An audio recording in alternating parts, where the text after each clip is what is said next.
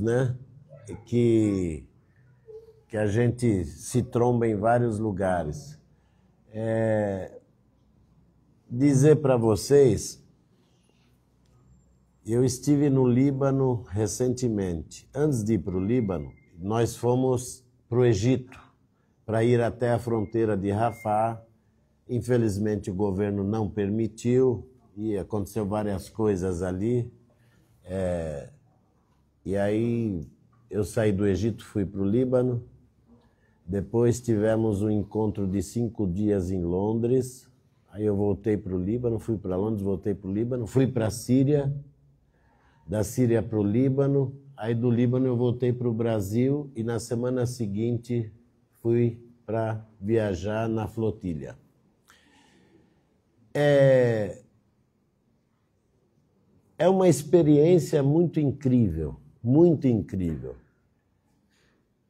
Não é fácil, é difícil, o emocional tem que estar muito forte, muitas coisas aconteceram.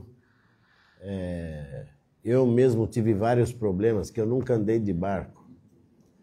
E o primeiro barco que eu estive, eu emagreci 7, 8 quilos.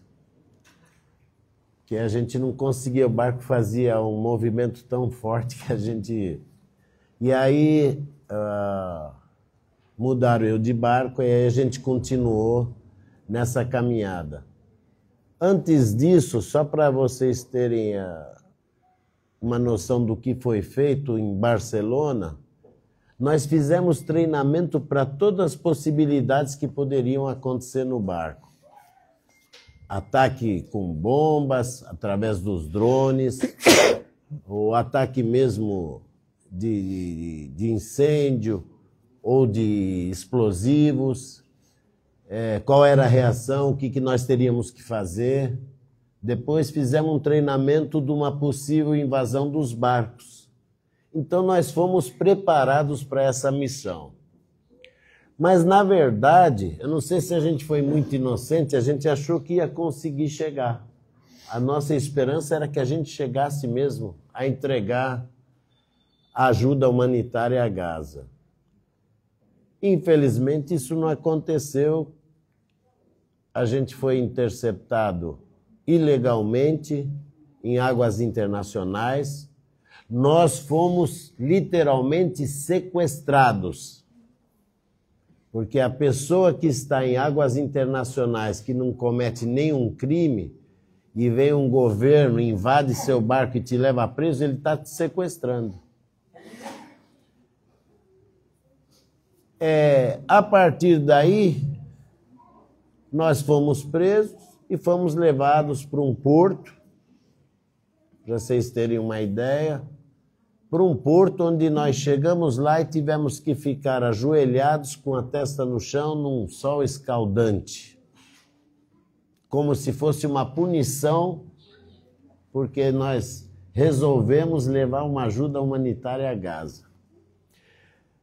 Até pessoas foram agredidas nesse processo também. A partir daí, nós passamos por um processo... Tipo aquele poupa-tempo, você vai passando com o documento numa fase, noutra fase, até terminar toda a fase. Depois que é terminada toda essa fase, aí a gente foi levado para a prisão. Essa prisão ela é muito conhecida, porque os palestinos vão para lá para sofrer, para serem espancados e também para serem assassinados naquela prisão.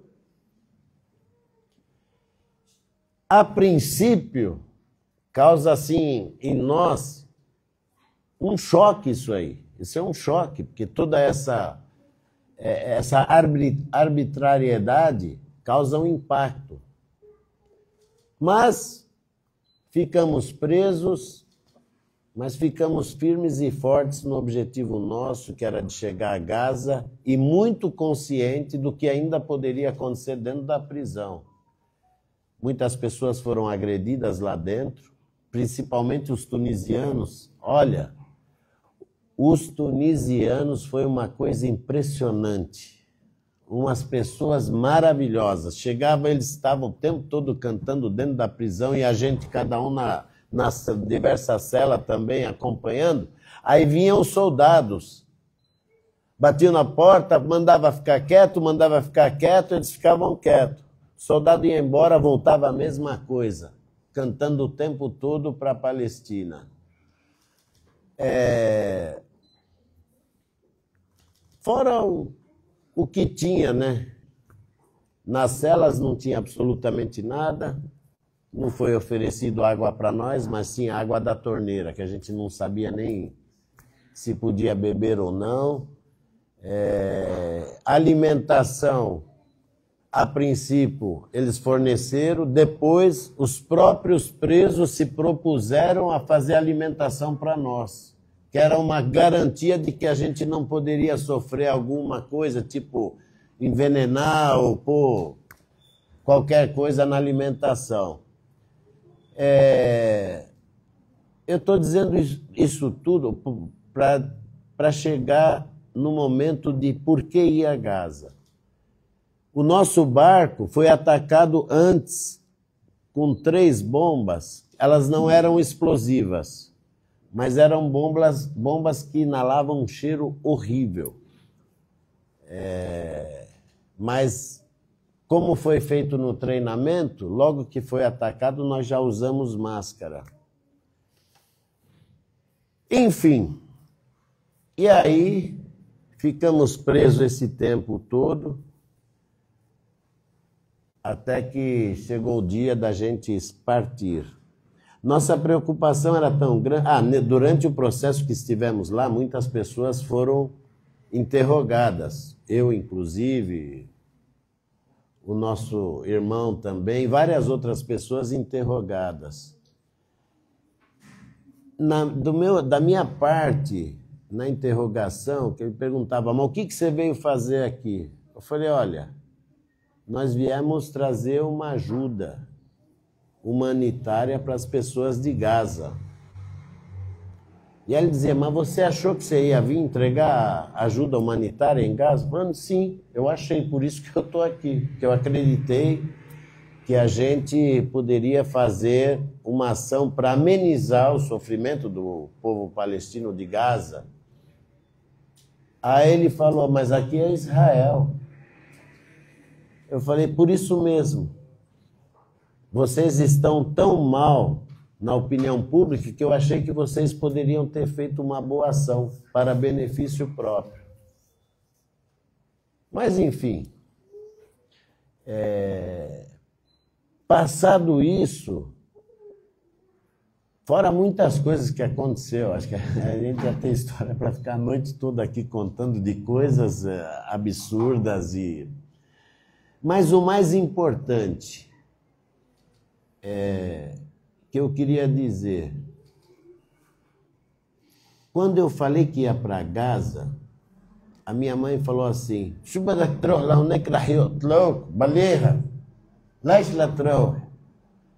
aí eu falei para ela assim, tem 2 coisas que Allah subhanahu wa ta'ala escreveu para a gente, o dia que a gente vai nascer e o dia que a gente vai morrer. Eu falei para ela, pode ser em Gaza, pode ser no caminho de Gaza, pode ser na volta de Gaza. Então, nessa convicção, eu falei que era um desafio, mas que era uma forma da gente chamar a atenção do mundo, porque não era um barco, não era 2, não era 3, chegou a ter 50 barcos, quase 600 pessoas nos 50 barcos de 44 países. Olha que representatividade que teve essa flotilha. Aliás, o mais legal também de tudo isso, quando eles foram tomar os barcos, e tomaram os barcos todos, numa ação que mobilizou muita gente do exército, da Marinha de Israel, quando eles saíram, os palestinos foram pescar. E, subhanallah, vocês viram os vídeos? A abundância de peixe que eles pescaram. Yani, olha só, isso já foi uma vitória para nós da flotilha, que nós demos oportunidade dos palestinos de trazer o alimento para dentro de casa.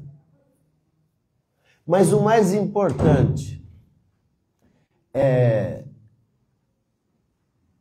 houve até um barco que tentou chegar até Gaza, que era o barco que eu estive no começo, que era o Miqueno, que o capitão lá é um filho de libanês, chama Adnan.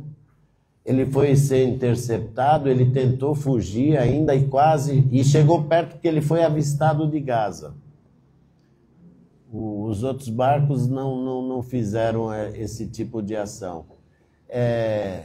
O interessante lá na cadeia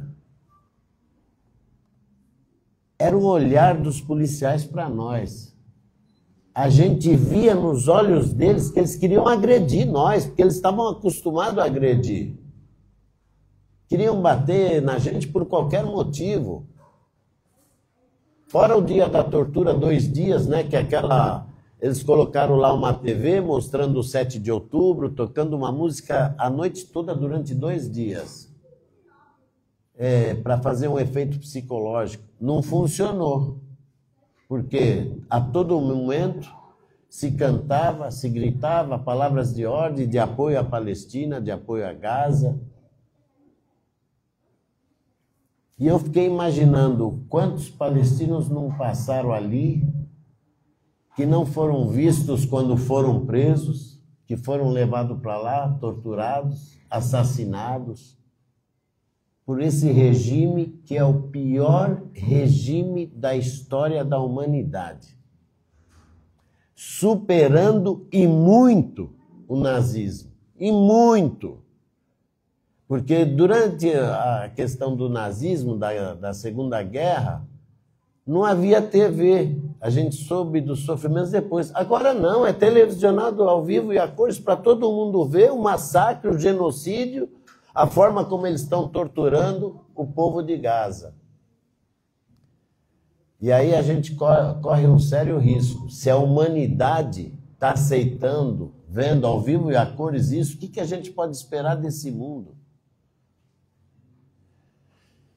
Enfim, chegou o dia de sair da prisão. Eles queriam que a gente saísse, na verdade, antes do dia 7, para não causar nenhum outro transtorno para eles. E nós fomos todos, inclusive os tunisianos, líbios que estavam presos, saímos todos e fomos levados até a fronteira da Jordânia. Só que nós achamos que eles, tunisianos e líbios, iam descer na Jordânia e nós iríamos para o aeroporto de Ben Gurion, onde também seríamos maltratados, porque o avião que iria conduzir a gente para lá era um avião comum, não era um avião especial. Aí falaram, não, vocês vão ir para a Jordânia também. Foi um grande alívio para nós, e dizer aqui que o povo jordaniano, os palestinos da Jordânia, olha, foi maravilhoso o que eles fizeram durante os 2, 3 dias que nós ficamos lá. Foi maravilhoso, a recepção e tudo mais.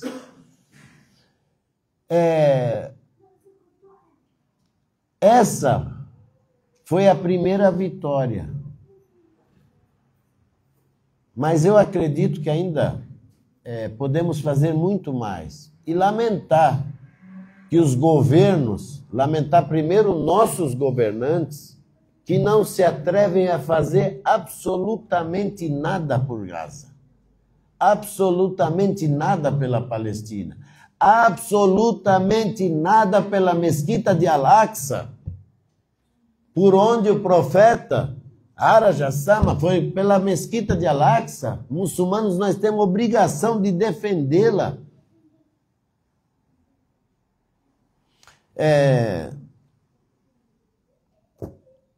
Eu estou muito emotivo, viu, gente? A gente começa a relembrar as coisas e a gente fica pensando que poderíamos fazer mais e não conseguimos. Mas eu sinto que foi a maior vitória nesta trajetória que a gente tem, que eu tenho de luta na história da Palestina, foi a maior vitória que a gente conseguiu, foi chegar com essa flotilha para lá. Pelo menos chamou a atenção do mundo para uma situação inaceitável, um genocídio, e já está se transformando, se já não se transformou, num verdadeiro holocausto do século XXI.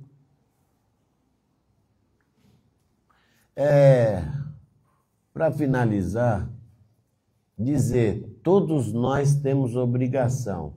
A obrigação não é, como o Cheikh falou aqui, às vezes a gente não pode ir, mas temos que apoiar, divulgar, levar isso a conhecimento dos amigos, usar muitas redes sociais para isso. Isso já é um grande fator. Esse é uma coisa que mexe muito com a sociedade civil. E está mexendo. O mundo inteiro viu, e viu também a farsa da Itália, que mandou a flotilha e recebeu ordem para se retirar, simples assim. Outros governantes fizeram promessa que ia ter isso, ia ter aquilo, não teve nada. Nós ficamos assim, à mercê do que Israel quisesse fazer com nós.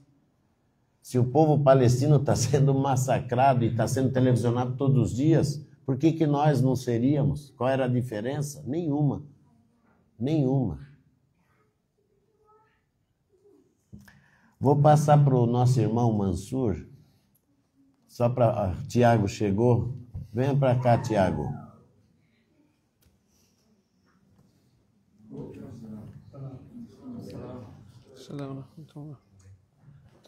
Vou passar para o nosso irmão Mansur e dizer para vocês, se tiver outra flotilha, cada um de vocês pode ir, de diversas formas.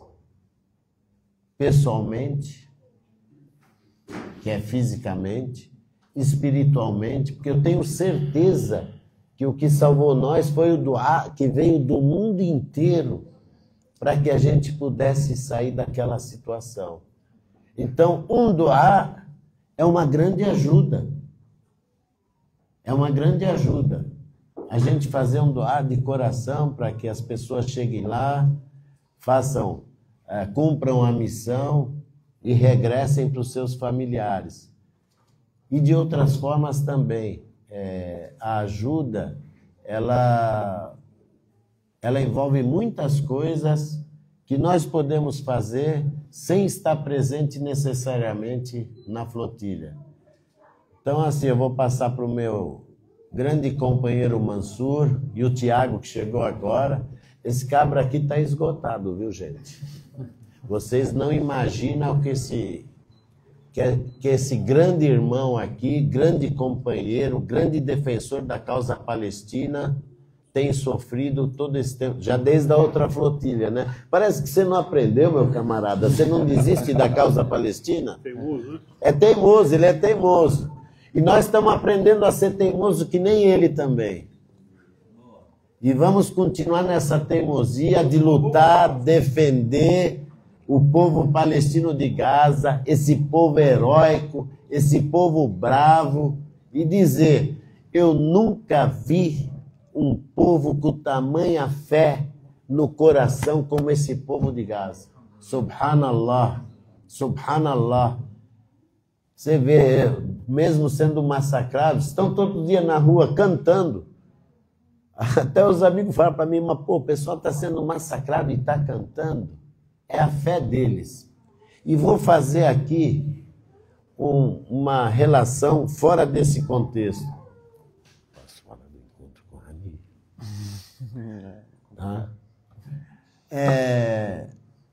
A gente esteve em vários lugares e encontrou vários irmãos palestinos e algumas lideranças. E a informação que foi passada para nós foi exatamente essa. Os palestinos não precisam de pessoas para combater. Por quê? Porque tem 20 mil combatentes, Hafzin al-Qur'an, aliás, são 40 mil combatentes, Hafzin al-Qur'an, e 20 mil deles terminaram um curso militar de 5 anos. E mais outros 20 mil combatentes, hafzin al-Quran, só que não terminaram o curso militar de 5 anos. E falaram para nós só precisamos que vocês se mobilizem nos seus países para buscar o apoio do nosso governo, porque nós temos os combatentes para nos defender do Estado sionista de Israel. Obrigado pelo convite de estar aqui na nossa casa, porque toda a mesquita é a casa de todos os muçulmanos. Então, muito obrigado, um prazer enorme da gente estar aqui e passar para o meu grande irmão Mansur, para ele comentar. Muito exausto, Mohamed, né? Chegou 7 horas na casa dele, eu insisti para ele vir. Estava na Mesquita Brasil, com essa chuva, foi até a casa dele, então chegou e voltou. Barakallahu feik, obrigado pela... Imagina, Allah yatikun alif afi. Assalamu alaikum wa rahmatullahi wa barakatuh, pessoal. Estão me ouvindo bem? Inshallah. Tá dando? Usa esse. Esse aqui? Esse tá. Estão me ouvindo bem? Não, também não. Agora, melhorou? Ah, tá bom. Se você vestir ele... eu acho que tem que colocar ele mais aqui, porque minha cabeça é grande, não cabe. Próxima vez, inshallah, fica anotado para tamanhos de cabeça maiores, inshallah. Vamos estar produzindo aqui esses microfones. Primeiramente, gente, eu queria agradecer a presença de todos vocês nessa sexta-feira fria, né? Depois de um dia de trabalho, estão todos aqui reunidos para prestigiar esse compartilhamento de uma experiência. Eu queria começar minha intervenção falando de um conceito que os muçulmanos do mundo repetem muito a todo momento, mas que acaba às vezes se tornando uma palavra vazia ou uma palavra completamente esquecida. E esse conceito é o conceito de Ummah, é o conceito de uma nação islâmica. Quando explicou o conceito da Ummah, o conceito da nação islâmica, o profeta Muhammad sallallahu alaihi wasallam, que a paz e as bênçãos estejam sobre ele, ele fez a analogia de um corpo. Ou seja, a Ummah, a comunidade muçulmana, ela é um corpo. Cada parte dela, quando é atacada, quando ela é agredida, todo o corpo sente, ou deveria sentir, e deveria reagir. E se esse corpo ele não sente, ele não reage, ou ele está doente, ou morto. E infelizmente, após 2 anos de massacres em Gaza, mas não só em Gaza, mas também na Cisjordânia, podemos perceber que nossa comunidade, como um todo, a Ummah, ela está dentro de um estado de letargia com relação a muitas coisas. Infelizmente, o que vimos acontecer com os palestinos, o que foi deixado acontecer com os palestinos, supera qualquer nível de atrocidade e crueldade, pelo menos visto na minha geração, por exemplo. Então, temos um ponto de terror, um ponto de aberração, um ponto de brutalidade que, pelo menos na minha geração, não foi testemunhado, a não ser com registros de coisas de outras gerações que se passaram. Então, os palestinos, nesses 2 últimos anos, podemos dizer que eles foram muito abandonados. Eles foram muito negligenciados. Eles foram tratados como se não fizessem parte dessa Ummah, como se não fizessem parte dessa nação, como se a palavra irmandade não significasse nada. Mas de onde vem isso? Onde que está a raiz do problema? A colonização da Palestina, ela não começa num punhado de terra entre o mar Mediterrâneo e o Rio Jordão. A colonização da Palestina, ela começa nos nossos corações e nas nossas mentes. Os muçulmanos acreditam que as pessoas que se colocam como seus inimigos no mundo são semideuses. Eles são muito inteligentes, eles são muito poderosos, não podemos fazer nada contra eles, não podemos nos mobilizar, está perdido, é uma causa perdida, olha como eles são fortes. É mais takbir para os inimigos do Islã do que takbir para Allah subhanahu wa ta'ala. É mais elevação do poder dessas pessoas, que todos nós sabemos quem são, do que elevação do nome de Allah subhanahu wa ta'ala, uma elevação com significado. A Palestina está na mão dos sionistas, eles controlam a mídia, eles controlam isso, eles controlam aquilo, não podemos fazer nada. É claro que podemos fazer. Desde que se iniciou o cerco ilegal na faixa de Gaza, qual é o objetivo e por que foi criada a flotilha? Muitas pessoas se perguntaram, mas vocês estão levando comida o suficiente para alimentar 2 milhões de pessoas? É óbvio que não. Vocês vão chegar lá, vão trocar tiro com os sionistas? É óbvio que não.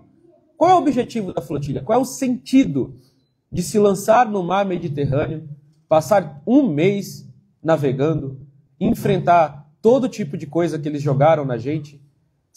Assim, todas as dificuldades. Qual é o objetivo da flotilha? Primeiro, o nome da iniciativa é Global Sumud Flotilha. A palavra Sumud, em árabe, significa o quê? Resiliência. Mas tem uma tradução ainda melhor que o irmão Kader falou aqui. Teimosia. É a flotilha da teimosia. Vamos teimar em não abandonar os palestinos. Então, desde que Israel iniciou seu cerco ilegal de Gaza, várias flotilhas foram enviadas. Algumas chegaram muito próximas. Uma conseguiu chegar na costa de Gaza. Outras, como o navio turco Mavi Marmara, teve seus tripulantes assassinados por Israel. Então, por que continuar? A gente entende que a luta anticolonização, a luta anticolonial, ela tem muitos precedentes. E ela não precisa sempre partir de um lado com força militar extrema. Quando Mahatma Gandhi iniciou o seu processo de libertação da Índia, através da estratégia da Satyagraha, como foi que Gandhi aplicou aquilo ali? Através da resistência, da desobediência civil e da não violência. Se recusando a comprar produtos britânicos, produzindo o próprio sal do povo indiano, fazendo marchas e demonstrações públicas, até que a brutalidade que os britânicos tratavam os próprios indianos se tornou tal que os britânicos perderam o apoio à colonização da Índia em casa e a Índia foi libertada.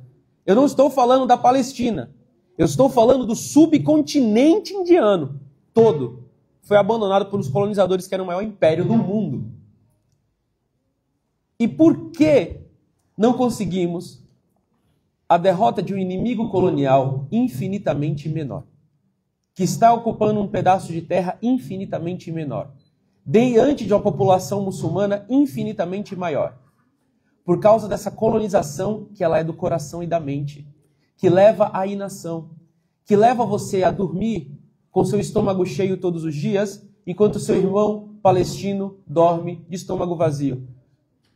De você passar a mão na cabeça dos seus filhos todos os dias, enquanto seu irmão palestino tem que catar na rua a cabeça do filho dele. Essa é a realidade. Então a Global Sumud Flotilha foi uma resposta do mundo para essa questão. Haviam muçulmanos, não muçulmanos, pessoas de diversas religiões, pessoas de diversas orientações filosóficas, políticas, todas unidas nesse propósito. Mas poderia ser ainda maior se 1/4 da população mundial, que são os muçulmanos, se convencessem de que há a capacidade de seguir em frente. E colocar realmente o sentido na palavra Allahu Akbar nas nossas vidas. Deus é maior do que os sionistas. Deus é maior do que as suas armas. Deus é maior do que as suas capacidades. E se você der um passo, Allah vai até você correndo. Se você corre, Allah vai mais rápido ainda. Olha quantas mobilizações aconteceram no mundo, na Itália, com mais de 1 milhão de pessoas, na época que a Global Sumud Flotilha estava atuando. Olha os boicotes na Espanha e outros portos do Mediterrâneo. Olhem como as ruas pegaram fogo enquanto estávamos encarcerados ilegalmente dentro de Israel. Isso é uma prova de que é possível. Vocês precisam ver o problema burocrático que a nossa prisão causou lá dentro. Vocês precisavam ver como os palestinos levaram um novo respiro de esperança, mesmo com a gente não chegando. Eles ficaram na praia esperando a Global Sumud Flotilha chegar. Aquilo ali representou alegria após meses e meses de tortura brutal e terrível. Então faz parte da nossa obrigação como muçulmanos fazer isso, irmão. E me desculpem, mas vamos ser questionados por isso. Vamos ser questionados por isso no dia do juízo final. O que você fez de acordo com a capacidade que você tinha? Quem teve capacidade de falar sobre Gaza, falou sobre Gaza. Quem teve de capacidade de ajudar a falar sobre Gaza, ajudou a falar sobre Gaza. Quem teve capacidade de ir para Gaza e tentar chegar em Gaza desarmado, foi. Então todos nós podemos fazer a nossa parte. O que não podemos fazer é ficar sem fazer nada. Assim que a gente saiu da cadeia, sabe o que aconteceu? Mais uma flotilha chegou. E foi presa. E depois dela vai vir outra. E depois dela, inshallah, vai vir outra. Até que não seja mais preciso vir. Porque era a obrigação dos países estarem fazendo alguma coisa. Era a obrigação das nações muçulmanas estarem fazendo alguma coisa. E a gente não está falando de um exército ficcional com cimitarras e bandeiras e cavalos, não é isso. Mas, no mínimo, boicotando Israel. No mínimo, fazendo pressão diplomática para punir o massacre de nossos irmãos. Só que como eles não estão fazendo, faz parte da nossa obrigação. Isso é o que a gente chamamos de fardo kifaya. Se um grupo de pessoas está fazendo, o resto fica isento. Mas precisa ser feito. Então isso é um convite a todos vocês a conhecerem o trabalho da Global Sumud Flotilha, a prestigiarem essa iniciativa e entenderem que libertem suas mentes desse medo. Porque, irmãos, ficar aqui não é prova de segurança. Aqui na cidade de São Paulo, só esse ano, foi tentado aprovar leis que demitiam professores na rede estadual que questionassem a legitimidade do Estado de Israel. É a mesma lei que tem lá na Palestina. Eles estão dominando até aqui em São Paulo.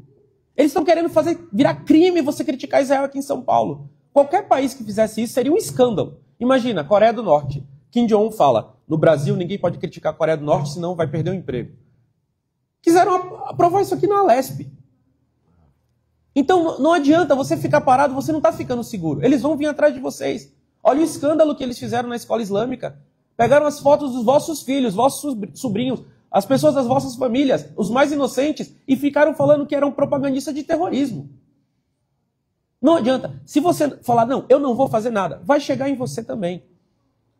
Um dia, os lacaios deles, que eles treinam com tanto ódio e com tanta revolta, vão entrar numa mesquita, samahallah, e fazer alguma coisa. Isso aconteceu na Nova Zelândia, aconteceu na Europa, aconteceu em vários lugares também.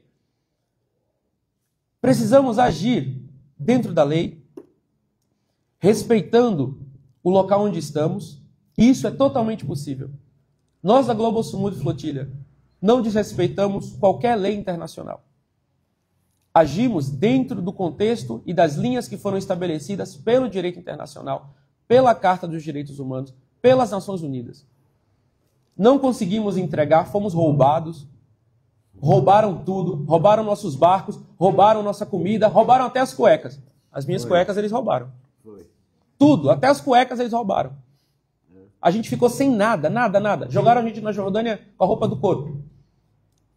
Mas temos que fazer. Porque a vida está passando. E precisamos dar significado a ela. E se a humanidade deixar Gaza acabar e os palestinos serem exterminados, não vale a pena mais. A humanidade morreu.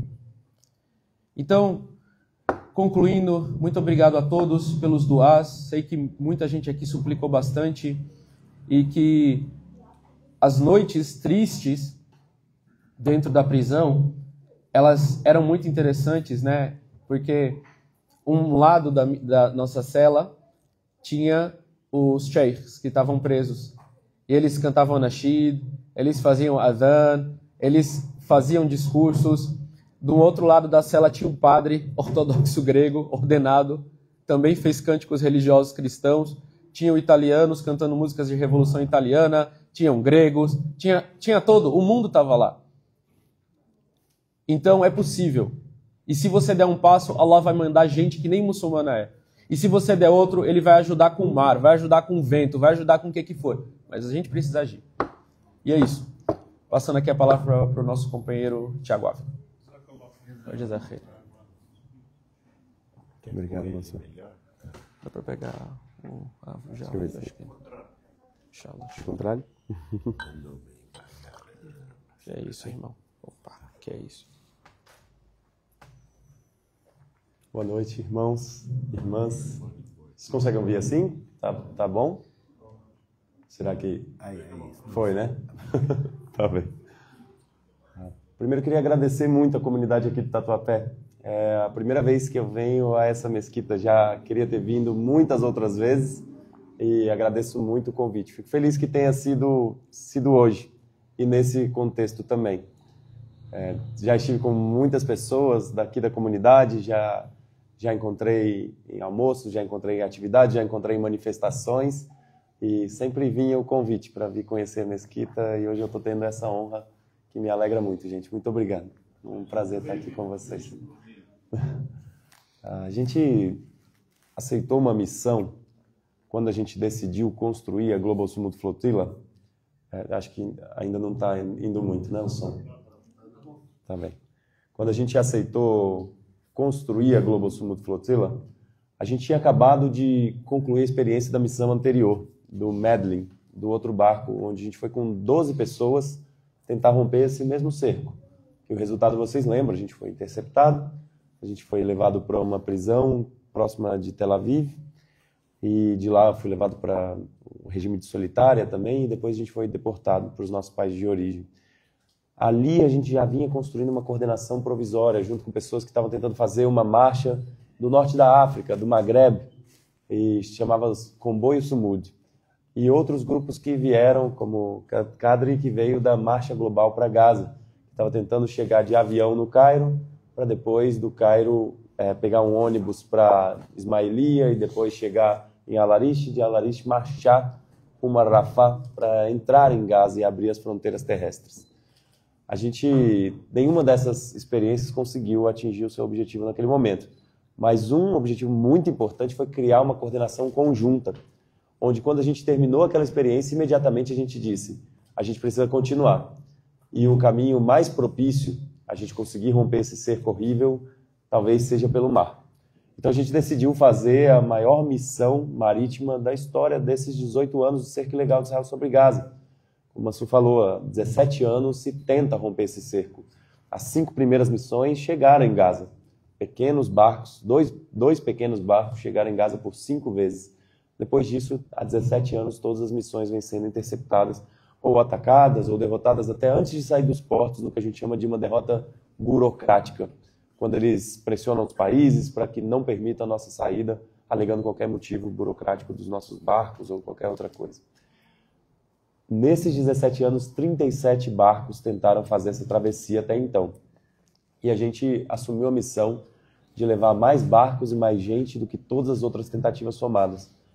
Parecia uma coisa impossível de fazer, porque nós tínhamos 3 meses para fazer isso. A temporada de navegação no Mediterrâneo vai de abril até setembro para barcos pequenos. Fora desse período é muito perigoso navegar lá. As tempestades vêm o tempo todo. De fato, um mar muito mais imprevisível do que a travessia, por exemplo, do Atlântico ou outros oceanos. E o mar Mediterrâneo estava chegando no limite do período que a gente tinha, então a gente ia correr muito para fazer a maior missão com muito menos tempo de preparação do que todas as outras missões, mas o que a gente tinha era uma comunidade muito grande, muito engajada, que vinha desses processos e vinha entendendo o senso de urgência do que estava acontecendo em Gaza. A nossa missão não saiu em qualquer momento, saiu durante o processo de invasão total da cidade de Gaza, que é o último passo, a última etapa da limpeza étnica total de Gaza. Então, ao longo de 2 anos, a gente viu quando eles invadiram a cidade de Gaza pela primeira vez e começaram o processo de deslocamento, a gente viu quando eles invadiram Han Yunis, a gente viu quando o mundo falou que eles não podiam invadir Rafah, eles invadiram Rafah e destruíram Rafah. A gente viu quando eles destruíram cada uma das cidades na faixa de Gaza e o que sobrava e o que ainda resta ali, com muitos limites, ainda é a cidade de Gaza. E aquele momento que a gente estava saindo, ali no dia 31 de agosto, né, para chegar no 1º de setembro, era um momento em que a invasão da cidade de Gaza estava se iniciando, a invasão total. Então, a gente estava indo no momento mais crítico, na missão mais complexa e no momento que o risco aumentava muito, porque a gente via depois das experiências anteriores que acontecia esse processo que Kadri falou, que Mansur falou, de que sair numa missão como essa mobiliza muita gente. As pessoas fazem as perguntas certas, né? De Por que Gaza está sob bloqueio há 18 anos? Por que civis precisam fazer isso e não os governos? Por que precisa ser pelo mar? O que acontece com as fronteiras terrestres? Por que as grandes potências não estão fazendo nada? Por que tantas lideranças que a gente sempre admirou estão caladas? Por que as nossas referências, enquanto modelo de pessoas e de caráter, tantas delas estão em silêncio? Então, missões como essas fazem com que a gente faça as perguntas corretas, que a comunidade faça as perguntas corretas e provoca profundas mudanças. Então, Israel, entendendo a potência que tem uma ação como essa, estava bem decidida a impedir que ela acontecesse. Desde o início dizendo que pessoas que eram reincidentes, né, no crime de tentar levar ajuda humanitária para Gaza, ficariam presas por lá. Eu entre elas, mas tantas outras pessoas. Dizendo que determinadas pessoas que conheciam organizações palestinas iam ficar presas por lá também, que não seriam libertadas. Dizendo que a missão poderia ser atacada, que os barcos poderiam ser afundados. Então, uma campanha de terror psicológico muito grande, muito intensa. Além disso, faziam pressão sobre todos os países, para que os países não deixassem a gente sair. E mesmo assim a gente saiu.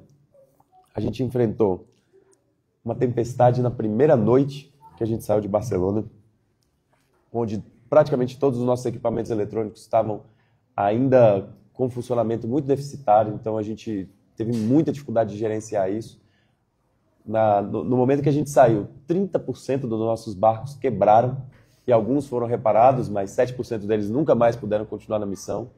A gente teve que gerenciar e criar um sistema complexo de gestão de uma frota marítima de altíssima, altíssima, altíssima complexidade ao longo de um mês, lidando na Tunísia, na primeira noite, um ataque com um drone com carga incendiária no barco Família, o barco onde eu estava. No dia seguinte, na noite seguinte, um ataque com drone com carga incendiária no barco Alma, o barco que trazia a maior parte do combustível, que trazia a maior parte da água e dos alimentos da ajuda humanitária. Depois disso, a gente ainda continuou na missão, e quando a gente estava em águas internacionais, na mesma noite, 14 ataques, sendo 11 deles ataques com explosivos nos barcos pequenos, entre eles os barcos que nossos irmãos da delegação brasileira estavam presentes também, que tentavam os ataques incapacitar os barcos de seguir na jornada. Então imagina a gente estar em águas internacionais e a gente está vendo as explosões nos barcos e cada pessoa pensando se o barco da pessoa é o próximo e se isso vai causar algum efeito, se isso vai ferir alguém, se isso vai matar alguém. E a gente fazendo esse chamado para o mundo de que 6 ataques, agora 8 ataques, 11 ataques. Chegou no momento em que 14 ataques tinham acontecido até que amanheceu. E aí quando amanheceu os ataques pararam. Chegou no momento em que o clamor para o mundo de que a gente precisa fazer algo, ou vão acabar com a flotilha fisicamente, vão afundar esses barcos, vão matar essas pessoas, foi tão grande que a gente conseguiu algo que a gente nunca tinha conseguido antes, em 17 anos de tentativas. Que países que normalmente esperavam terminar a missão e todo mundo ser preso, encarcerado, deportado, sequestrado, para depois mandar uma notinha de solidariedade, dessa vez os países 16 países assinaram uma carta antes, dizendo que não aceitariam nenhum ataque, que qualquer ataque se responsabilizariam Israel. E países começaram a mandar embarcações militares para fazer a escolta da nossa missão. Essas embarcações, a gente sabia que elas não podiam proteger a gente dos drones, né? O processo a guerra moderna com drones, ela é extremamente complexa e a gente sabia que eles não iam impedir se um drone viesse explodir os nossos barcos. Mas a presença daqueles países, colocando uma frota marítima para acompanhar os nossos barcos, fazia com que um ataque àquela flotilha naquele momento também fosse um ataque à honra desse país que estava ali com a missão de nos proteger. Então isso trouxe uma proteção para a gente a ponto que os ataques acabaram. Não pararam os drones, não parou a vigilância, não parou a campanha de difamação. Eles continuaram dizendo o que eles diziam sempre. Primeiro, que era grupos terroristas levando armas para atacar Israel. E quando a gente conseguia desmantelar essa mentira escancarada, eles mudavam para pessoas que fazem isso para se beneficiar individualmente, para enriquecer, para aparecer, para ganhar visibilidade. sendo que, na verdade, todo mundo que foi não ganhou um centavo para estar lá, pelo contrário, gastou dinheiro que tinha, que não tinha, voltou com a roupa do corpo. Pessoas como eu perderam sua aliança de casamento, perderam todas as suas roupas, perderam tudo. E as pessoas estão dispostas a fazer isso quantas vezes for necessário, porque, no fim das contas, essa missão levou 41 barcos no momento da tentativa de ruptura do cerco, 462 pessoas de mais de 46 países diferentes que naquele momento estavam entendendo que estavam sendo úteis a algo muito maior do que elas. Quando a gente foi atacado, dos 14 ataques na mesma noite, no dia seguinte a gente tomou uma decisão de que a gente entraria em águas territoriais gregas e daria oportunidade para qualquer pessoa que quisesse sair da missão, sair, sem problema nenhum. As pessoas já tinham contribuído muito, já estavam com a gente há quase 20 dias. E a gente conversou com as pessoas muito francamente. A gente falava, olha, o que a gente vai enfrentar daqui para frente não é fácil. É possível que esses ataques se intensifiquem, é possível que os próximos ataques sejam com cargas explosivas maiores, é possível que eles cumpram as ameaças de matar ou de levar para o encarceramento de longa duração nas masmorras de Israel. Então, qualquer pessoa que queira descer da missão agora, não tem problema nenhum, vocês já contribuíram bastante, vocês vão passar para sempre na história da tentativa de romper o cerco e na solidariedade com o povo palestino. E o que praticamente todo mundo, se não me engano, de 470 e tantas pessoas, menos de 10 pessoas deixaram a missão. E as pessoas que deixaram era porque a gente já estava numa missão que a gente tinha convidado elas para 2 semanas no máximo, a gente já estava levando quase um mês. E as pessoas falavam, poxa, mas eu vou ser demitido do meu trabalho, eu não consigo mais. Tô com problemas que eu não consigo gerenciar. Então, as pessoas que saíram não foi por medo, mas foi pela questão da duração da missão mesmo, que chegou no limite para elas. E as demais pessoas seguiram com extrema coragem. E essa extrema coragem, o mais interessante é que ela é uma pequena fração da coragem que cada palestino e cada palestina tem todo santo dia. Seja em Gaza, seja na Cisjordânia ocupada, seja nos territórios ocupados em 1948, seja na diáspora, aqui, como tantos irmãos e irmãs palestinas que tem aqui entre nós. Essa coragem que o povo palestino tem, ela inspira demais pessoas a fazerem mais, a intensificarem os esforços. O povo palestino mostra para o mundo que você não deve se curvar diante das maiores potências da nossa geração. Os Estados Unidos é o império mais cruel, mais destrutivo e mais perigoso que a humanidade já inventou. O complexo industrial militar, a forma de funcionar que já invadiu, destruiu, ocupou, destruiu processos democráticos em mais de 70 países desde a Segunda Guerra Mundial. Uma potência como essa nunca foi vista antes. E ainda assim, o povo palestino resiste a todas as bombas que vêm de lá, a todos os caças F-35, a todo o apoio diplomático que os Estados Unidos provê a Israel, a toda a ajuda financeira, militar, econômica, política que eles provêm àquele regime sionista odioso chamado Estado de Israel. Então, o povo palestino mostra para a gente o que é a coragem.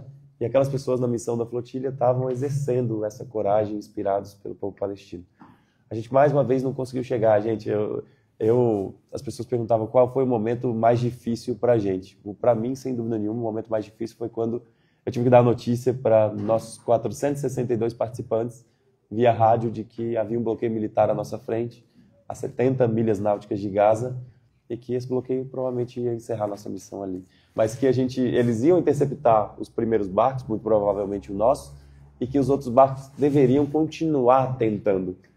E foi uma das coisas mais lindas, porque ao longo de um mês, capitães e tripulação tinham muito receio. Quando o barco mãe ele era atacado, as pessoas ficavam, em vários momentos, paralisadas. O que a gente faz? Como a gente vai fazer quando a gente não tiver comunicação? Como a gente vai fazer quando a gente tiver sem internet, sem rádio, sem outro sistema de comunicação via satélite de emergência? E tudo que a gente dizia era, olha, a gente vai criar os protocolos ao longo desse nosso período de viagem, e o que vocês precisam fazer é serem as pessoas teimosas, resilientes e resistentes que continuam tentando. E quando o barco-mãe foi interceptado, o nosso barco, às 9h40 da noite, a gente só via que os outros barcos estavam passando a gente. E a gente pensou, olha, então tá, então a missão continua. A gente está sendo interceptado, mas a missão continua. E depois disso, quando a gente chegou no porto, 16 horas depois, que a gente foi entender a jornada linda de cada um daqueles barcos. Onde capitães que diziam que nunca desobedeceriam uma ordem militar na vida, eles falavam, esse foi o melhor momento de navegação da minha vida, quando chegavam as embarcações militares e eles faziam uma manobra e desviavam deles. Quando eles vinham jogar um canhão de água e eles viravam e a água caía diretamente no oceano. Quando eles davam ordem de parar e eles simplesmente não paravam porque sabiam que o povo palestino não parava também. Então, foi uma das coisas mais bonitas e inspiradoras que eu já tive a honra de participar. E o mais bonito foi o resultado disso, como o Kadri bem mencionou. Eles deslocaram tantas embarcações militares que naquele dia, depois de praticamente 2 anos com o mar praticamente totalmente bloqueado, sobretudo nos últimos 60 dias, estava totalmente bloqueado sob ordem e assassinato de quem tentasse desobedecer, eles levaram tantas embarcações militares que o povo palestino conseguiu pescar naquela manhã. E pescou bastante. Muito mais do que a nossa capacidade de levar em alimentos dentro daqueles barcos, o que nos aliviou muito. E depois disso, quando a gente foi encarcerado, a raiva digna que veio para os povos, o senso de injustiça do que estava acontecendo ali, aquela sensação de que era necessário fazer algo, mobilizou as ruas com uma forma tal que o Mansur falou, de 1 milhão de pessoas em Roma, em tantos outros lugares. As pessoas do mundo, e aqui mais de 30 mil pessoas em São Paulo, que me orgulha e me alegra muito, as pessoas compreenderam que a gente não pode se ausentar das grandes batalhas do nosso tempo. O povo palestino foi o povo que entendeu, antes de todo mundo, que nós temos uma missão histórica na nossa geração, que é acabar com um sistema que explora, que oprime e que destrói a natureza e que permite genocídios como esse. Que acabar com uma ideologia racista e supremacista chamada sionismo, que acredita que pode dominar os outros povos, que pode criar sistemas onde você tem menos direito a depender da sua religião ou da sua origem étnica, que acredita que pode se infiltrar dentro de países e desvirtuar eles completamente e criar eles à sua maneira no seu estado ditatorial e completamente repressivo. E não apenas destruir essa ideologia racista sionista, mas destruir um sistema imperialista que permite e que trata os povos e a comunidade muçulmana como se fosse uma religião violenta, quando é uma religião de amor, de justiça e, sobretudo, de paz. Então, o povo palestino entendeu essa grande batalha do nosso tempo. E nós estamos chegando lá atrás, tentando acompanhar eles, tentando seguir os passos deles, mas entendendo que essa tarefa é nossa também. E no Brasil, as armas da entidade sionista de Israel chegam aqui, fazem mal ao nosso povo. A pressão econômica, a pressão política, a pressão midiática deles faz muito mal ao nosso povo. Portanto, a ameaça sionista existe aqui também. E nós precisamos travar essa batalha aqui, quando necessário, indo até lá, a fonte, e a fonte é a Palestina, a fonte dessa batalha, quem nos inspira, está lá na mesquita de Al-Aqsa, está lá em todas aquelas regiões daquela terra que é sagrada para tantos povos, e a gente precisa seguir cada dia com mais intensidade, com mais dedicação e com mais coragem. A gente não deve ter vergonha, gente. Na nossa sociedade as pessoas falam que pensar em política, como se um genocídio fosse política, é perder tempo. Tem gente que diz que a gente não deve se preocupar com coisas que a gente não consegue controlar. E talvez até seja verdade, mas o que está errado nessa frase não é você não se preocupar com o que você não controla. O que está errado é pensar que a gente não controla o futuro da humanidade. Nós controlamos sim.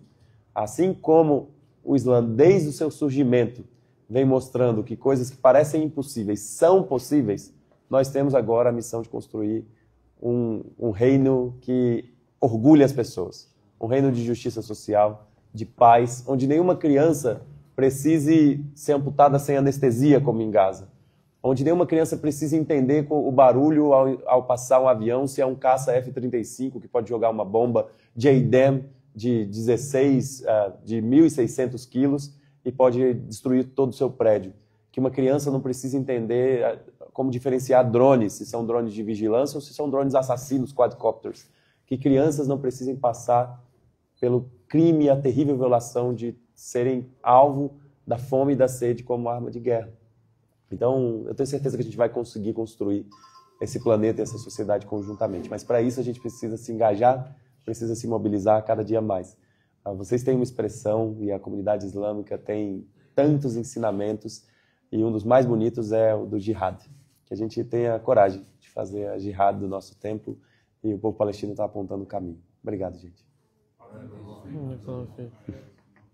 Agradecemos muito aos nossos irmãos por essa experiência que eles estão contando para nós e não há palavras da gente descrever esses momentos que vocês passaram e a coragem que vocês tiveram.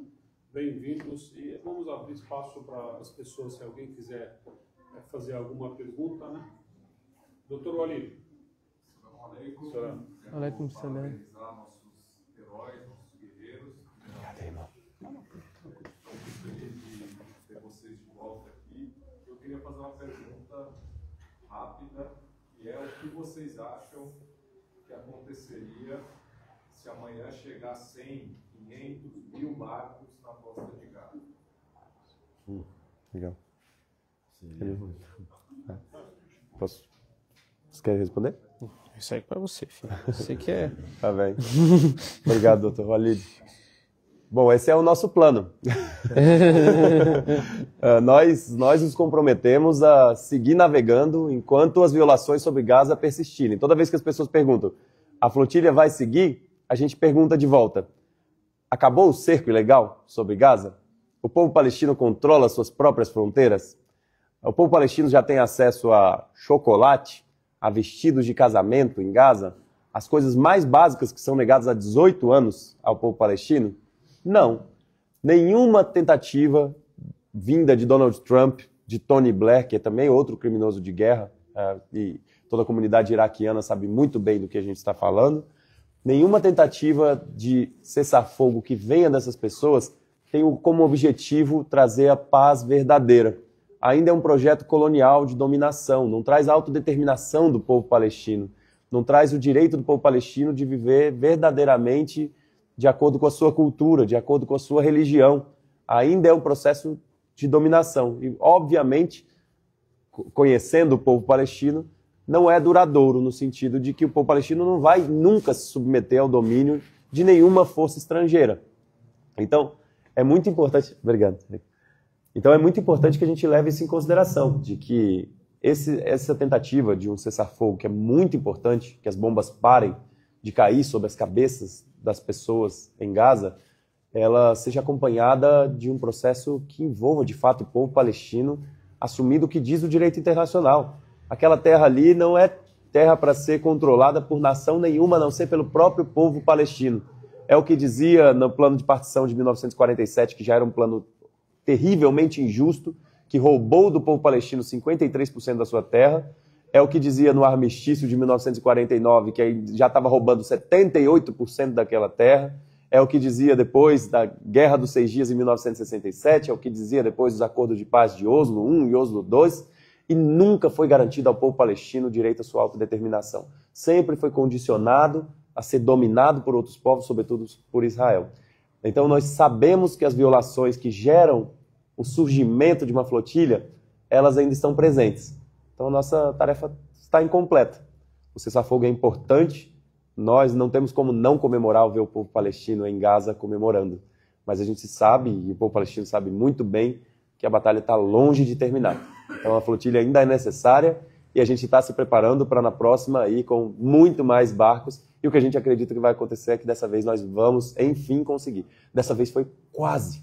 Teve barcos que chegaram a 24 milhas náuticas de Gaza. Se fosse noite e eles soltassem uma flare gun, que é aquele sinalizador, o povo em Gaza veria aquele sinalizador pela primeira vez em 17 anos.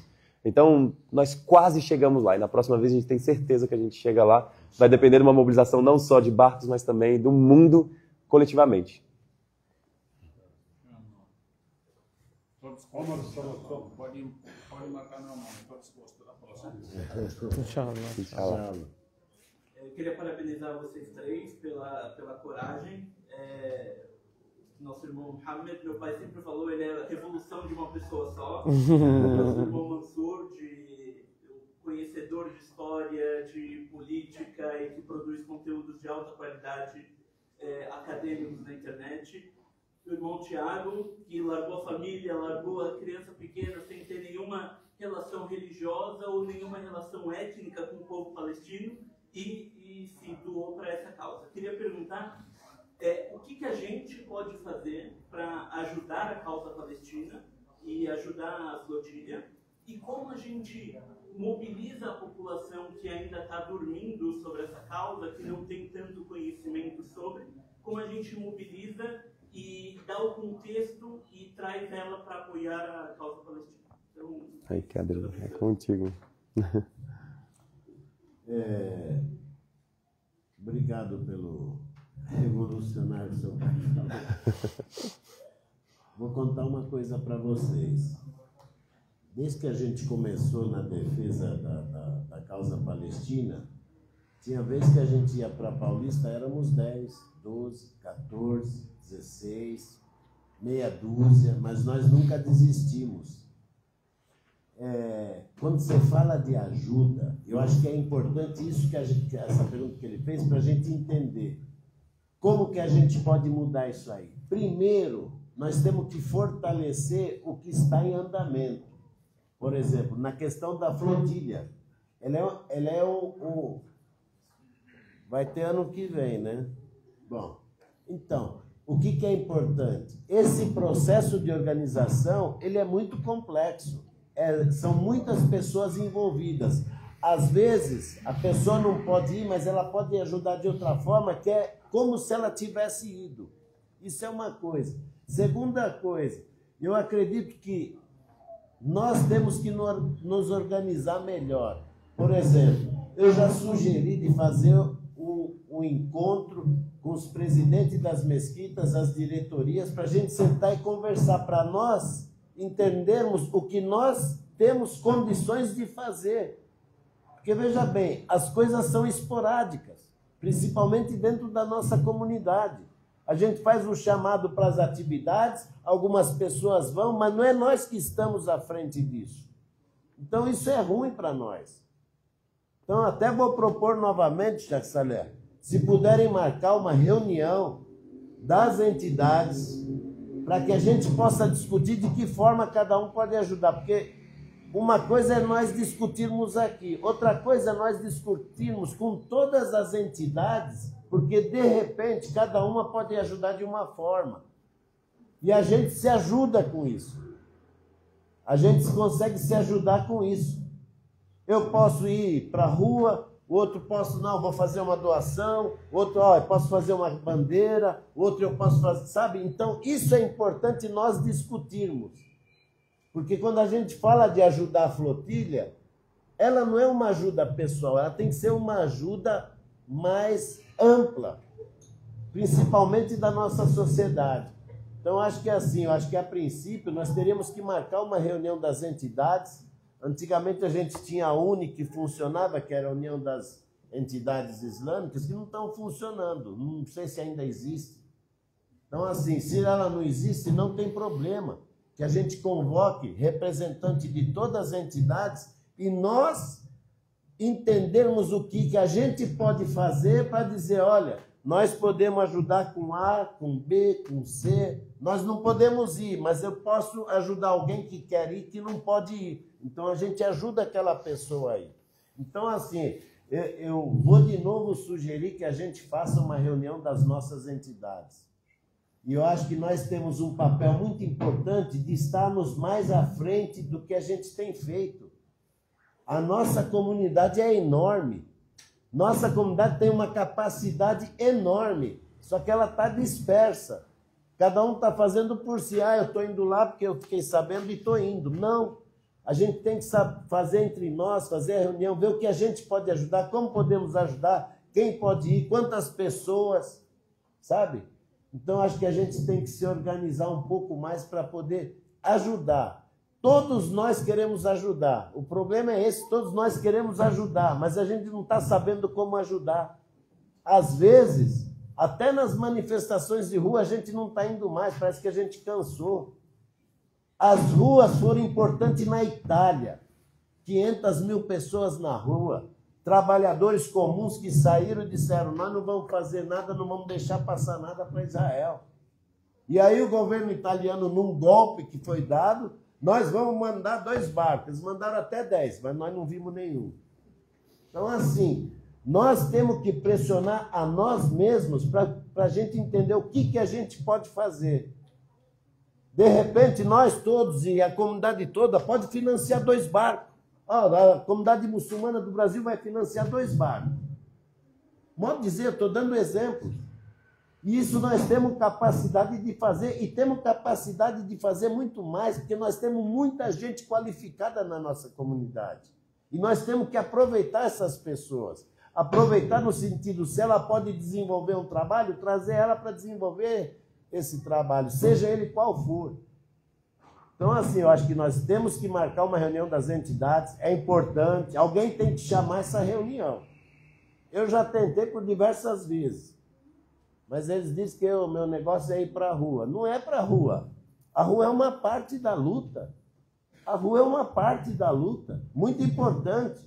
Mas a maior importância numa luta é a sustentação para que ela continue. Nós temos que dar sustentação. Nós não podemos ir para a rua, podemos levar pessoas na rua, então vamos levar as pessoas, já que a gente não pode ir. Vamos dar condição para as pessoas participarem, já que a gente não pode. Então, assim, eu acho que nós ainda temos muito a fazer. Nossa comunidade é maravilhosa. Nós temos pessoas maravilhosas. A gente tem visto muita gente capacitada para muita coisa. Só que, assim, às vezes aquela pessoa faz a coisa individualmente. E ela não precisa fazer individualmente. Nós temos que fazer coletivamente, toda a comunidade, para que a gente ganhe força, inclusive. Nós somos muito fortes, mas a gente não está conseguindo transmitir essa força para nós mesmos. Você vai a Sahra, eles falam, mahadara al-mudahara. Mas por que mahadara al-mudahara? Pode ser que nós que estamos convocando também possamos cometendo erros. Então eu acho que temos que fazer uma reunião grande de todas as entidades para que a gente possa entender o que a gente pode fazer para a gente poder desenvolver um trabalho de ajuda à resistência desse povo palestino. Não, Não, chega a gente ali fazendo pergunta. Alex Salam. Alex Salam, rahmatullahi. Deus aceite o esforço de vocês, recompense muito e seja exemplo. Agora, pensando, né? Eu tenho pergunta, eu tenho certeza. Porque de um lado você tem atrocidade e mentira. Do outro você tem verdade e justiça. Só que a atrocidade e a mentira está dominando mentes indecidas. Outra coisa que me parece é que nosso Brasil está fazendo alguns erros, porque isso é um problema da humanidade, não de política partidária. Quando você põe política partidária nesse assunto, você já divide de 50% para cada lado. E o outro não quer nem saber porque comprou uma bandeira lá que ele acha que aquilo é a salvação. Precisaria resolver esse problema também, transcender isso. Mas o problema é maior, na minha opinião, está faltando um plano estratégico. Então, a sua sugestão de uma reunião das lideranças das entidades é muito importante, mas teria que ser um plano diretor. Está faltando um diagnóstico. Por que a mentira e a monstruosidade que espanta qualquer ser humano saudável tem espaço e tem defesa? Qual o diagnóstico disso? Por quê? Por que esses imundos canais de televisão conseguem omitir tanta verdade e fazer uma exploração emocional de uma coisa mentirosa? Isso não somos nós, senhores, que estão numa ação necessária, né? Mas está faltando mais algum outro tipo de esforço que eu não sei o que é. Que empreendedores, empresários, talvez possam pensar um plano diretor, um plano estratégico, um diagnóstico para outro tipo de pessoa chegar junto de quem decide, identificar quem decide e ver o quanto desinformada está essa pessoa, que tipo de interesse está dominando ela, para fazer um plano de médio e longo prazo. não conheço muito a história de como surgiu o sionismo, mas o que parece nos livros de história, que até o Mansur traz, houve uma grande reunião, em algum momento. E lá se tomaram decisões importantes, fizeram um plano de longo prazo, de infiltração, de cercação de quem decide, mas dentro de uma estratégia que deu certo. Porque hoje a mentira domina mentes e corações que decidem, que nem querem saber a verdade, ou se sabem, desprezam. Então isso precisa ser alguém. Eu não sou esse tipo de pessoa, eu não tenho essa habilidade, mas me parece isso. Só queria colocar isso para que alguém pense sobre isso. E talvez numa reunião de empreendedores, né, de pessoas que venceram, né, possam surgir ideias de como diagnosticar e fazer um plano diretor, estratégico, de médio e longo prazo, para reverter isso. Talvez usando os mesmos métodos que eles usaram, mas dentro das nossas limitações da Sharia. Sem parar que os senhores colocaram suas vidas em risco, com o apoio de suas famílias, que são heróis também, por eles apoiarem, né? E as suas pessoas. Tem que continuar esse tipo de esforço, claro, mas está faltando alguma coisa que me parece. Para pensar, né? Alguém pensar nisso, eu não tenho capacidade, mas enxerguei isso. Sim, inshallah. Importante. Bastante importante.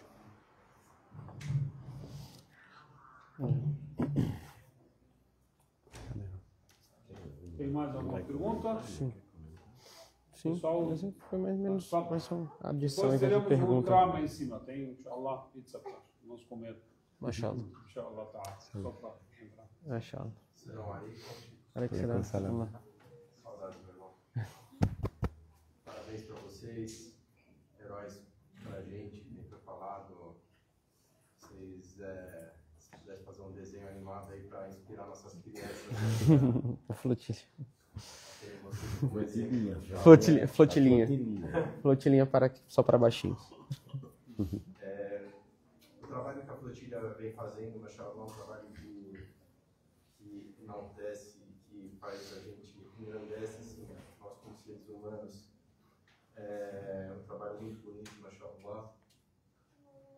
E hoje vocês, no trabalho, é um trabalho global, a flotilha vocês têm acesso a pessoas do mundo todo. Se a gente olhar para a história, aí o Mansur pode falar melhor, quando o Império Otomano ele conquistou Constantinopla, antes de conquistar Constantinopla, coisa que demorou 800 anos, foram dominando primeiro, foram conquistando primeiro as cidades ao redor. Quando a gente olha para a Palestina, hoje os países ao redor estão dominados pelo sionismo. E a força que hoje a Global Summit Flotilha tem, vocês têm poder de influência através de redes sociais e pessoas influentes nos lugares para chegar nas pessoas de cada país. O momento que Gaza teve maior entrada de alimento foi na época do Mursi, do presidente Mursi. E hoje a situação é totalmente diferente. Não seria uma opção para a Globo, porque hoje se vai 1000 barcos, vai estar limitado a quantidade de alimento que vai chegar lá. Por exemplo, se fizer um trabalho lá no Egito para derrubar, por exemplo, do Sisi. Porque eu já ouvi um historiador falar que é muito mais próximo à liberdade da Palestina se cai o Sisi do que se cai o Netanyahu. Então, é só uma coisa para reflexão. Não, mas deixa o Cícero em paz, tem muita gente para... Não, mas assim, gente, com certeza, criar um cinturão de alinhamento geoestratégico ao redor da Palestina seria a opção mais rápida, inclusive para a libertação de Gaza e de toda a Palestina. Só que, infelizmente, você assim criaria mais outras Gazas, porque esse pessoal, eles não caem sem fazer um estrago terrível, né? A gente viu o que aconteceu depois da Primavera Árabe e em alguns lugares morreu bem mais gente. morreu bem mais gente do que em Gaza, a destruição foi muito gigantesca. Então, o objetivo da Global Summit Flotilha é de ser um movimento não violento, né? Óbvio que com o objetivo de libertação da Palestina, né? Tendo outras experiências de sucesso, isso que é muito importante, de não violência, como o caso da Índia, como o caso da libertação da comunidade afro-americana, né? Para quem quiser estudar um pouco, é o famoso movimento de sentar no bar e pedir um café, né? Porque, para quem não sabe, até nos anos 60, nos Estados Unidos, negros não podiam andar em alguns ônibus, não podiam frequentar as escolas. Estou falando, assim, da época dos pais, de muitos que estão aqui, tá? Não podiam frequentar os mesmos hospitais e não podiam tomar café nos mesmos lugares que pessoas brancas podiam tomar, né? Então, o que é que a comunidade negra começou a fazer? Começou a ir para cafés proibidos e pedir café. E sentar lá. Eles sabiam que eles não iam ser atendidos. Aí a polícia vinha, espancava eles. Aí vinha outro grupo, saía, ia pedir de novo. Eles eram espancados. Aí vinha outro grupo e pedia de novo. Até que todo mundo começou a ver isso no jornal e se questionar. Por que eles não podem beber café com a gente? Entendeu? Então, assim, a questão da Global Summit Flotilha é isso. Porque uma estratégia militar, ela precisa de uma certa paridade de poder, né? Hoje em dia a gente tem, assim, o militarismo hoje está muito evoluído. Então, qualquer iniciativa que envolva uma resposta militar, né, iria causar uma matança assim, infinitamente até maior do que a gente tem em Gaza, né? E poderia acabar até fortalecendo o Estado de Israel também, porque ele iria ser o que iria colher o resto dos cadáveres que iam sobrar das terras devastadas, como fizeram na própria Síria, por exemplo, avançando pelo sul, no próprio Líbano também, avançando pelo sul, depois das guerras que eles mesmos financiaram, eles mesmos fizeram para destruir. Então, o nosso objetivo é fazer a mesma forma que os Estados Unidos foi derrotado no Vietnã.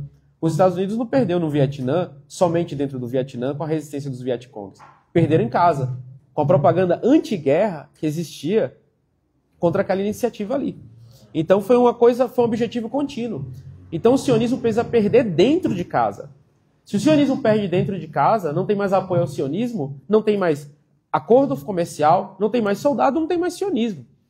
Então, seria um ideal, um cinturão ao redor de Gaza para a libertação, mas a gente precisa derrotar o sionismo em casa primeiro, que nem os vietnamitas fizeram. Os vietnamitas derrotaram o exército americano nos Estados Unidos. Os protestos anti-guerra eram gigantescos. Por quê? Com as imagens de atrocidade que eram divulgadas do que os americanos faziam lá no Vietnã. Então, a estratégia de você sensibilizar a população e depois você ir para frente é muito maior. A pessoa falar, pô, mas todo mundo está vendo o que está acontecendo em Gaza. Não, gente, não está todo mundo, não. Muita gente vê aquilo ali e não sabe o que é. É uma criança morrendo de uma guerra, que guerra é essa, como começou, como não sei o quê. Eu tiro por exemplo, vamos lá. Aqui no Brasil, temos 3 organizações sionistas de grande relevância, né? A gente tem a CONIB, Stand With Us, e outra que eu me esqueci o nome, alguma coisa israelita. Pronto. Instituto Brasil Israel. Instituto Brasil Israel. Essas pessoas vão, fazem materiais, financiam documentários, financiam viagens de parlamentares para Israel, financiam com toneladas de dinheiro propaganda no Brasil, fazem todo tipo de coisa, e como resposta eles têm o quê? Nada. Ah, Mansur, você faz um canal, não é nada. Não, mas compara o alcance que eu tenho com o alcance que essas pessoas têm. Então eles conseguem convencer uma massa de população enorme que a gente não chega. Essas pessoas, para vocês terem uma ideia, gente, do cúmulo, os evangélicos aqui no Brasil pegam foto de criança morrendo em Gaza, coloca uma legenda falando que é israelense morrendo e pede dinheiro aqui no Brasil para ajudar Israel. Vocês acreditam que eles fazem isso? Eles pegam os palestinos, mulher de hijab, falando em árabe, Allah, meu filho morreu, não sei o quê. Fala, olha essa mãe judia chorando pelo seu filho, ajudem Israel, botem dinheiro nessa conta e espalham pela internet do Brasil. Então a gente tem mentes para ganhar aqui também. E a Global está ganhando as mentes na Europa, principalmente. Aqui foi poucos brasileiros, porque a gente não tem condições de mandar mais gente. Mas na Europa foi muita gente. E a Global está ganhando lá dentro. A opinião pública europeia despencou contra Israel. Israel hoje em dia na Europa tem opinião pública em país tiranete, Sérvia, algum país assim, Hungria, governado por algum populista aí de direita. Mas é isso que a gente precisa fazer. A mesma estratégia que foi conseguida na Europa. Mudar a opinião pública. Vocês viram a Inglaterra reconhecer o Estado da Palestina recentemente. Imediatamente não muda nada. Não apareceu magicamente os prédios de Gaza de volta porque a Inglaterra assinou um papel. Apesar de ter sido a Inglaterra que começou todo esse problema. Mas isso é o quê? É a pressão pública. Eles tiveram que fazer isso para acalmar os ingleses, não é os palestinos. Então, quando a gente começar a fazer isso aqui no Brasil, enxergando a janela histórica que a gente tem, a gente faz. Mas é preciso querer fazer. É preciso querer fazer. Você precisa voltar para casa hoje e falar o que eu vou fazer para mudar a questão da Palestina. O que eu... Ah, mas pô, eu sou um nada. Não, você não é um nada. Você tem capacidade de fazer. Mas você precisa fazer, você precisa agir. Entendeu? Então, assim, a estratégia da Globo é essa. É vencer a opinião pública, e a opinião pública pressiona o governo age. Agora, se a gente quiser fazer o movimento contrário, é matança, é tiro e guerra civil. É isso. É isso. Porque, sabe, os Estados Unidos, toda vez que algum regime que é aliado deles vai cair, eles vão enfiar dinheiro, e vão enfiar dinheiro, e vão enfiar dinheiro, e os caras vão continuar lá. Até não ser mais útil, eles vão lá e tiram. Infelizmente, essa é a realidade. Alguém tem mais alguma? Bom, tem mais uma pergunta? Irmão Félix. Professor Félix. Parabenizá-los, né, pela coragem, pela bravura, determinação de vocês. Nós sentimos muito bem representados com vocês, e cada coração de cada um de nós estava junto com vocês. Eu queria fazer uma pergunta: o que a gente pode vislumbrar com essa paz que foi assinada agora? O que a gente pode esperar? Vai até onde? Qual que é o deslumbramento que a gente pode ter com esse acordo? Ah, legal. Posso comentar sobre isso? Por favor. Obrigado, Félix, por trazer esse tema tão importante. É uma ação temerária ficar fazendo previsões sobre qualquer área ali da Ásia Ocidental, né? Então, é uma coisa que normalmente a gente evita bastante. O que a gente sabe é que existem alguns padrões do que acontece. Por exemplo, Israel violou cessar-fogo centenas de vezes, né? Não estou falando de dezenas ou de poucas vezes ao longo de sua história, mas centenas de vezes.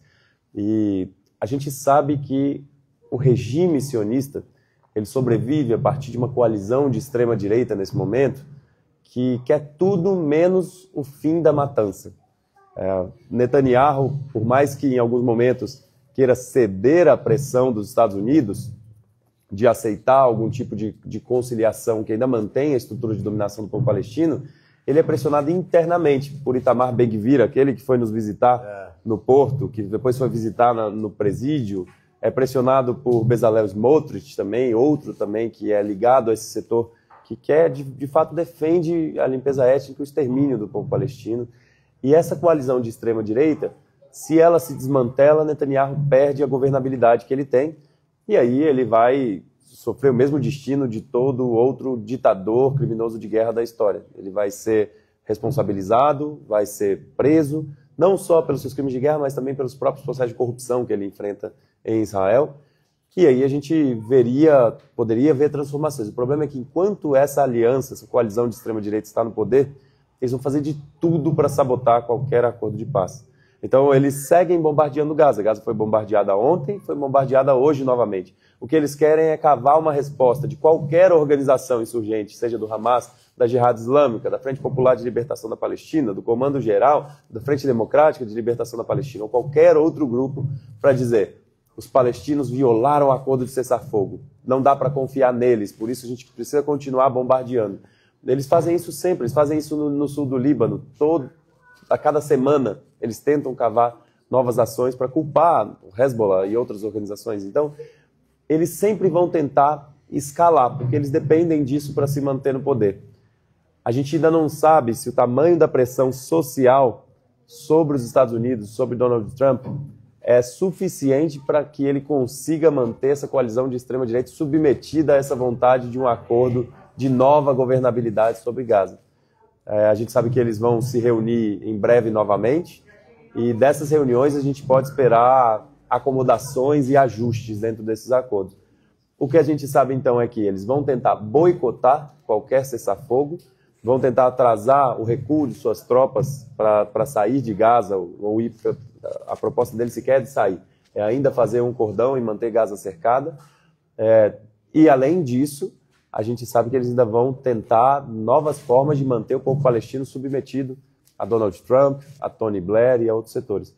O povo palestino, a gente sabe que não vai aceitar isso. Pode aceitar temporariamente, porque está sob a mira do fuzil, numa situação tão grave, né, e tão insustentável, mas em breve vai fazer o que todo povo, é o destino de todo povo, de tentar demandar a sua liberdade, né, e usar todos os caminhos para isso. Então, essa paz de hoje, ela sequer está sendo construída com essas propostas. A gente está falando de um cessar-fogo extremamente frágil, que vai ser boicotado por Israel, tende a ser boicotado por Israel, e que os povos do mundo têm que garantir. Então, é algo que ainda está para ser decidido, se a pressão popular sobre os países vai conseguir submeter essa coalizão de extrema-direita a um cessar-fogo permanente, ou se a coalizão de extrema-direita, com seu aliado estratégico dos Estados Unidos, ainda vão conseguir manter o genocídio e vão conseguir manter o processo de dominação naquela região. Depende de nós, literalmente. É cada mobilização que a gente faz, é cada compartilhamento de informação, é cada encorajamento, é cada denúncia.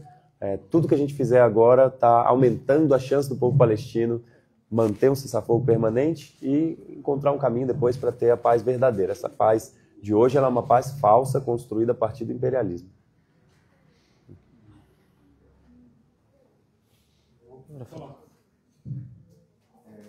Salam aleikum, Mustafa, eu sou de Gaza. Eu quero falar o que 90% ou mais do povo de Gaza fala e o que eles pensam. Eu ouvi um irmão aqui comentando que precisamos ir lá no Egito derrubar o governo do Egito com ele. Eu não concordo com ele. Não concordo. A gente não precisa derrubar ninguém. A gente precisa nos unir para combater com o sionismo. Porque o sionismo, ele segue aquela parte dele, né? Divide e conquista. Ele divide o mundo. Quando divide todo mundo, aí ele consegue pegar grupinhos, né, pequenininhos. E isso acontece em Gaza, lá na Palestina em geral, né? Eles estão divididos, Hamas, Fatah, e eles não estão conseguindo se juntar, se unir para combater com Israel. Esse é o problema. A gente precisa que esses dois grupinhos, Hamas, Fatah, eles se unem, se juntam e fica mais firme. Quando fica mais firme, consegue vencer a guerra. Mas enquanto estamos divididos, aqueles que apoiam Hamas, eles xingam Fatah, aqueles que apoiam Fatah xingam Hamas, nunca vamos vencer. O mais importante é que um coloca a mão no outro e segue para frente. Isso que a gente pensa que vai libertar a Palestina. E a gente precisa da luta de todo mundo. Aquele que luta com arma, a gente precisa dele. Aquele que luta com caneta, a gente precisa dele. Aquele que luta navegando, a gente precisa dele. Aquele que luta com câmera, a gente precisa dele. A gente precisa de todo mundo. Aquele que luta diplomaticamente nos lugares para a Palestina ser reconhecida como Estado, a gente precisa dele. A gente não pode desvalorizar o trabalho de ninguém. O governo do Egito, ele fez muito lá na Palestina, na faixa de Gaza. Eu estou acompanhando, mas eu vejo muitas mídias que não mostram nada, ela mostra só os defeitos. Todas as políticas do mundo, ela tem defeitos e ela tem coisas boas, né? Como aqui no Brasil, estamos no governo Lula. Governo dos trabalhadores, né? Mas ele tem alguns defeitos que a gente não concorda. E lá no Egito a gente não vai concordar com tudo. Então, a gente precisa aproveitar as coisas boas e não ficar destruindo e ficar sem nada. Lá também na Palestina, o governo do Hamas, se ele tem coisas boas, vamos juntar com as coisas boas da autoridade palestina e vamos ficar mais firmes. Isso que a gente precisa. Só isso. Obrigado. Obrigado, Rafa. Posso comentar? Manda bala. Olha, eu concordo com o irmão. Só que vou dizer uma coisa aqui que não dá para esconder. O maior traidor do povo palestino é o Abu Mazen. aí falar que tem aqui, tem ali, ele não fez nada, não está fazendo nada. Meu irmão, a gente tem que falar a realidade. Ele é o maior traidor, mais do que todos os governantes árabes. Maior acionista do mundo. Então, assim, nós não podemos também, vamos agradar aqui.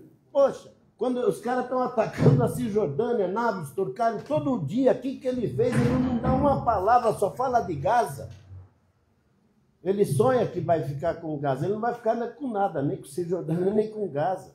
Agora, o que a gente tem que fazer, que eu acho que a gente tem que fazer, aqui a gente pode somar, aqui a gente soma com todo mundo. Agora, nós também não podemos tampar o sol com a peneira. A gente não pode fazer isso. Os nossos irmãos lá em Nablus, em Jenin, que resistiram contra as entradas dos israelenses, foram entregues, porra. Foram entregues. Israel queria eles, foram lá e prenderam eles. Onde está a autoridade palestina que todo dia entra os sionistas lá, não tem uma resistência, não tem nem contestação verbal do Abu Mazen? Esse sim devia ser posto em praça pública, o maior traidor de todos os traidores. Sabe? É absurdamente inaceitável. Ainda falar que ele vai comandar Gaza, você não comanda nem a sua casa, nem a Cisjordânia, você não manda em nada, você não resolve nada. Sabe? Então, assim, tem coisas que sim, podemos tirar diferenças e caminhar junto. Agora, tem coisas assim, eu não vou caminhar com quem é o auxiliar do sionismo dentro da Palestina, que é o Abu Mazen. Desculpa, meu irmão. Bom, barakallahu fikum, jazakumullah khair, acho que o pessoal já está. Agradecemos a presença de todos aqui que vieram para escutar os nossos irmãos, agradecemos a presença dos irmãos, os heróis, que representaram a gente nessa flotilha, e todos estão convidados para... Famoso Abu Mazela. Famoso Abu Mazela. Não vai embora, não, vamos subir, pessoal.